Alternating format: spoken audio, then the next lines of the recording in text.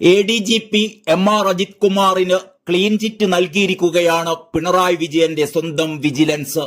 അനധികൃത സ്വത്ത് സമ്പാദനം, കവടിയാറിലെ ആഡംബര വീട് നിർമ്മാണം, കുറവൻകോണത്തെ ഫ്ളാറ്റ് വിൽപ്പന, മലപ്പുറം SP-യുടെ ക്യാമ്പ് ഓഫീസിലെ മരം മുറി തുടങ്ങിയ ആരോപണങ്ങളിലാണ് ADGPക്ക് അനുകൂലമായ കണ്ടെത്തൽ. അന്തിമ റിപ്പോർട്ട് ഉടൻ തന്നെ DGPക്ക് കൈമാറുമെന്നാണ് അറിയുന്നത്. കരിപ്പൂർ സ്വർണ്ണക്കടത്ത് ADGP MR Ajith കുമാറിനെതിരെ PV Anwar MLA ഉയർത്തിവിട്ടത് ആരോപണങ്ങളുടെ വിവാദ പെരുമഴ തന്നെ സൃഷ്ടിച്ചിരുന്നു.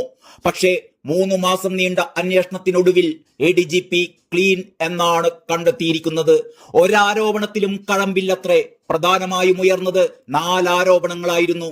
കോടികൾ മുടക്കി കവടിയാർ കൊട്ടാരത്തിന് സമീപം ആഡംബര ബംഗ്ലാവ് നിർമ്മിക്കുന്നു എന്നതായിരുന്നു പ്രധാന ആരോപണം. താഴത്തെ കാർ പാർക്കിംഗ് നില ഉൾപ്പെടെ 3 നില കെട്ടിടം.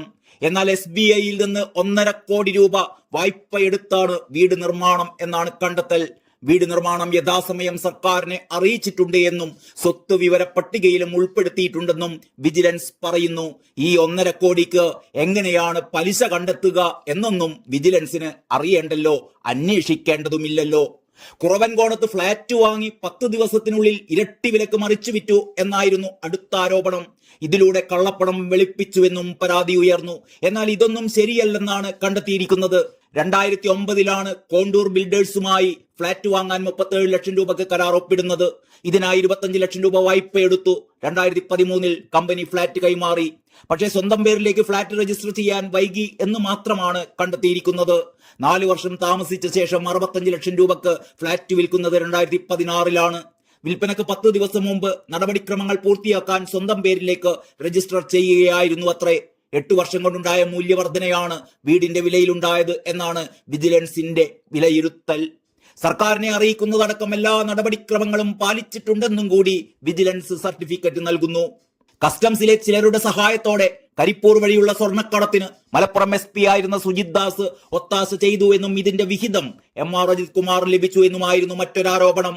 ക്ലീൻ ചിറ്റ് മാത്രമല്ല, ഇതിൽ സുജിത് ദാസിന്റെ കാലയളവിലാണ് ഏറ്റവും കൂടുതൽ സ്വർണം പിടികൂടിയത് എന്നും കസ്റ്റംസ് ഉദ്യോഗസ്ഥരെ വരെ കേസുകളിൽ പ്രതി ചേർത്തിട്ടുണ്ടെന്നുമൊക്കെ വിജിലൻസിന്റെ റിപ്പോർട്ടിലുണ്ട്. മലപ്പുറം SP-യുടെ ക്യാമ്പ് ഓഫീസിലെ മരം മുറിയിലും MR അജിത് കുമാറിനെ ബന്ധിപ്പിക്കുന്ന ഒന്നും തന്നെ കണ്ടെത്താനായിട്ടില്ലത്രേ. അന്തിമ റിപ്പോർട്ട് അന്വേഷണ സംഘം 2 ആഴ്ചക്കകം DGPക്ക് കൈമാറും. അജിത് കുമാറിന് DGP തസ്തികയിലേക്ക് സ്ഥാനക്കയറ്റം നൽകിയതിന്റെ വിവാദം തീരും മുമ്പാണ് വിജിലൻസിന്റെ ഈ ക്ലീൻ ചിറ്റ്. സർക്കാരിന് പ്രിയപ്പെട്ട ഉദ്യോഗസ്ഥനെതിരായ വിജിലൻസിന്റെ അന്വേഷണം കണ്ണിൽ പൊടിയിടാനാണ് എന്ന് പ്രതിപക്ഷം നേരത്തെ തന്നെ വിമർശിച്ചിരുന്നു. അതുകൊണ്ട് തന്നെ പ്രതിപക്ഷവും PV അൻവറും വിജിലൻസിന്റെ ഈ കണ്ടെത്തൽ തള്ളുമെന്നത് ഉറപ്പ്. അജിത് കുമാറിനെതിരെ ഇനി നിലവിലുള്ളത് തൃശൂർ പൂരം അട്ടിമറിയിലെ അന്വേഷണം മാത്രമാണ്. News desk Kerala life.